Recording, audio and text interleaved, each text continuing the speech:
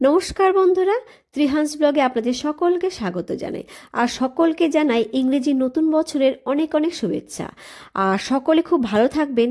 তো আজকে কিন্তু আবার নিয়ে চলে এসেছি বাচ্চাদের আরও একটি মজাদার রেসিপি। আর দয়া করে কিন্তু ভিডিওটি শুরু থেকে শেষ পর্যন্ত দেখবেন। আর ভিডিওটিতে প্লিজ একটা লাইক করে দেবেন। আর চ্যানেল নতুন হয়ে থাকলে অবশ্যই সাবস্ক্রাইব করে দেবেন। লাইকেই কিন্তু আমাদের ভিডিও বানানোর আগ্রহ বাড়ে। তো যাই হোক, চলে এলাম মূল রেসিপিতে। আমি গ্যাসে একটা প্যান বসিয়ে দিয়ে দিলাম অল্প পরিমাণে ঘি। তো আমি গ্যাসের ফ্লেমটাকে একদম কিন্তু লোতেই রেখেছি।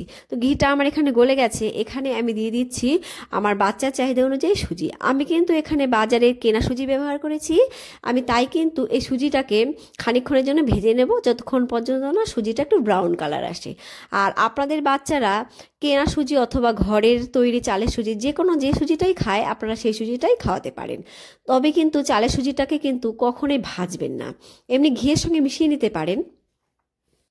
আমি কিন্তু আমার বাচ্চাকে চালের সুজিও খাইয়ে থাকি, আবার এই সুজিটাও। তবে চালের সুজিটা নিয়মিত দিই না, কারণ চালের সুজি কিন্তু নিয়মিত খাওয়ালে বাচ্চাদের কিন্তু অনেক সমস্যা তৈরি হতে পারে। তো সেই বুঝেই কিন্তু আপনারা চালের সুজি খাওয়াবেন। তো সুজিটা আমার এখানে ভাজা হয়ে গেছে। এইবারে আমি দিয়ে দিচ্ছি পরিমাণ মতো খাবারের জল। তো আমি জলটা দিয়ে ভালো করে মিশিয়ে নিচ্ছি। এইবার গ্যাসের ফ্লেমটা কিন্তু মিডিয়ামে করে আমি কিন্তু সুজিটাকে সেদ্ধ করে নেব। সুজি কিন্তু আপনারা বাচ্চাদের 6 মাস থেকেই খাওয়াতে পারেন, কারণ সুজি খেলে কিন্তু বাচ্চাদের অ্যালার্জির সম্ভাবনা থাকে না। আর সুজি কিন্তু বাচ্চাদের সকাল, দুপুর বা রাত যে কোনো সময় খাওয়াতে পারেন, কারণ সুজি কিন্তু বাচ্চাদের পেট ভরা রাখতে সাহায্য করে।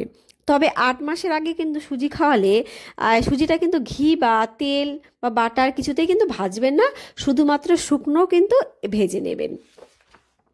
আমি সুজিতে কিন্তু একটু নুন অ্যাড করে নিয়েছি, আপনারা চাইলে কিন্তু স্কিপ করতে পারেন। তো সুজিটা এদিকে সেদ্ধ হতে থাক, আর আমি এইদিকে কিন্তু একখানা ডিম আর একটা আলু নিয়ে নিয়েছি। আর আমি এটা কিন্তু দেশি মুরগির ডিম নিয়ে নিয়েছি, আর এই দুটোকে কিন্তু ভালো করে সেদ্ধ করে নিয়েছি। তো ডিম থেকে আমি কিন্তু কুসুমটাকে আলাদা করে নিচ্ছি। এইবারে কিন্তু ডিমের কুসুম আর আলুটাকে আমি হাত দিয়ে ভালো করে ম্যাশ করে নেব। 8 মাস বয়স হলেই কিন্তু বাচ্চাদের ডিমের কুসুম দিতে পারেন। এরপর কিন্তু 10-11 মাস থেকে বাচ্চাদের ডিমের সাদা অংশটা অল্প অল্প দিতে পারেন। তবে কিন্তু আপনারা অবশ্যই খেয়াল করবেন যে বাচ্চাদের অ্যালার্জি বা অন্যরকম কোনো সমস্যা হচ্ছে কিনা। আর আমি কিন্তু ডিমের কুসুমটাকে আর আলুটাকে একটু গোটা গোটা রেখেছি। বাচ্চারা কিন্তু চিবিয়ে না খেতে পারলে আপনারা কিন্তু হাত দিয়ে ভালো করে ম্যাশ করে নেবেন, যাতে কোনো এখানে দানা না থাকে। তো এখানে আমার ম্যাশ করা হয়ে গেছে। আর এই দিকে আমি চলে এলাম, আমার সুজিটাও কিন্তু অনেকটা সেদ্ধ হয়ে গেছে।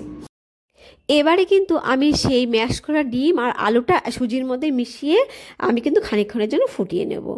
আর আপনার কিন্তু বাচ্চাদের অ্যালার্জির সম্ভাবনা হচ্ছে কি না সেটা বোঝার জন্য কিন্তু বাচ্চাকে প্রথম দিকে পরপর 3 দিন ডিম খাইয়ে পরীক্ষা করে দেখবেন যে বাচ্চার কোনো সমস্যা হচ্ছে কি না।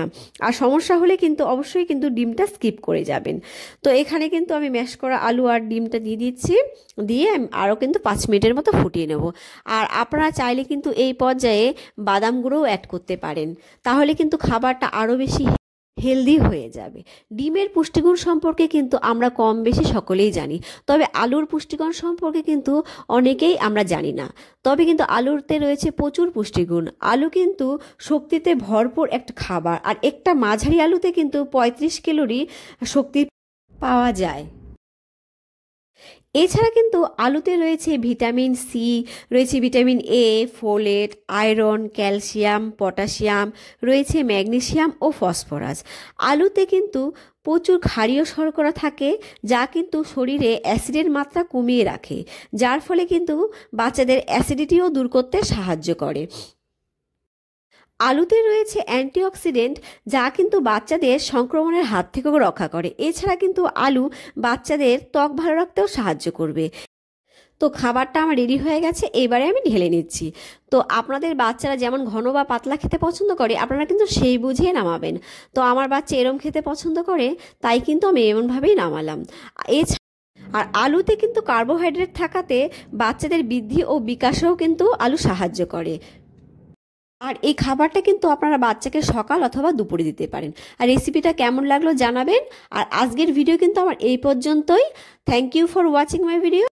ভালো থাকবেন আর বাচ্চাদের ভালো রাখবেন। Bye by.